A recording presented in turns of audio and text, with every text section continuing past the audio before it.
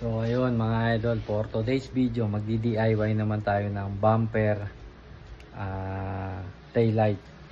Papalitan natin ng taillight yung ating bumper. So papakita ko sa inyo yung paano i-DIY.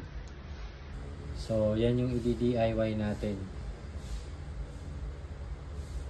So una nating tatanggalin ito. Tanggalin natin to para dito natin ko-connect yung ilaw, yung ipapalit natin dito. So tanggalin natin to, tapos ito, meron din tong isang size 10 na bolt. Ito dalawang size 10 na bolt. So yan, tatanggalin lang yan. Hilahin nyo lang to, nakalak lang yan. Yan, hilahin nyo lang. So, tatanggalin ko to pa.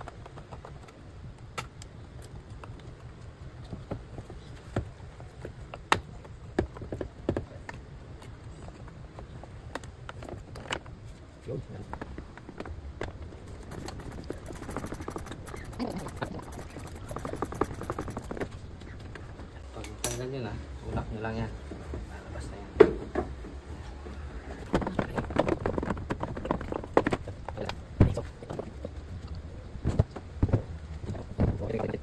DIY natin yung connection mamaya.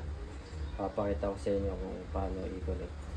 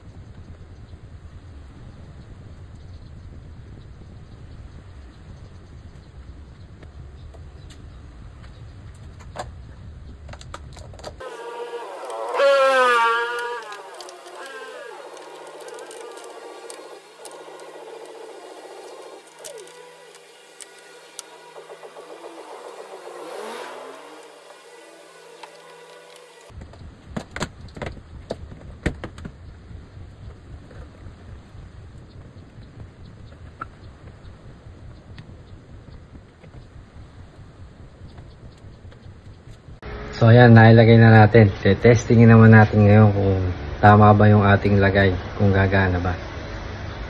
So ayan, gumagana siya pareho. Ayan. So pati signal light sinama ko. Ayan, nagsisignal din kasama yung signal light. All goods. Ayan, all goods. Another DIY. Please like, follow my YouTube channel. Thank you.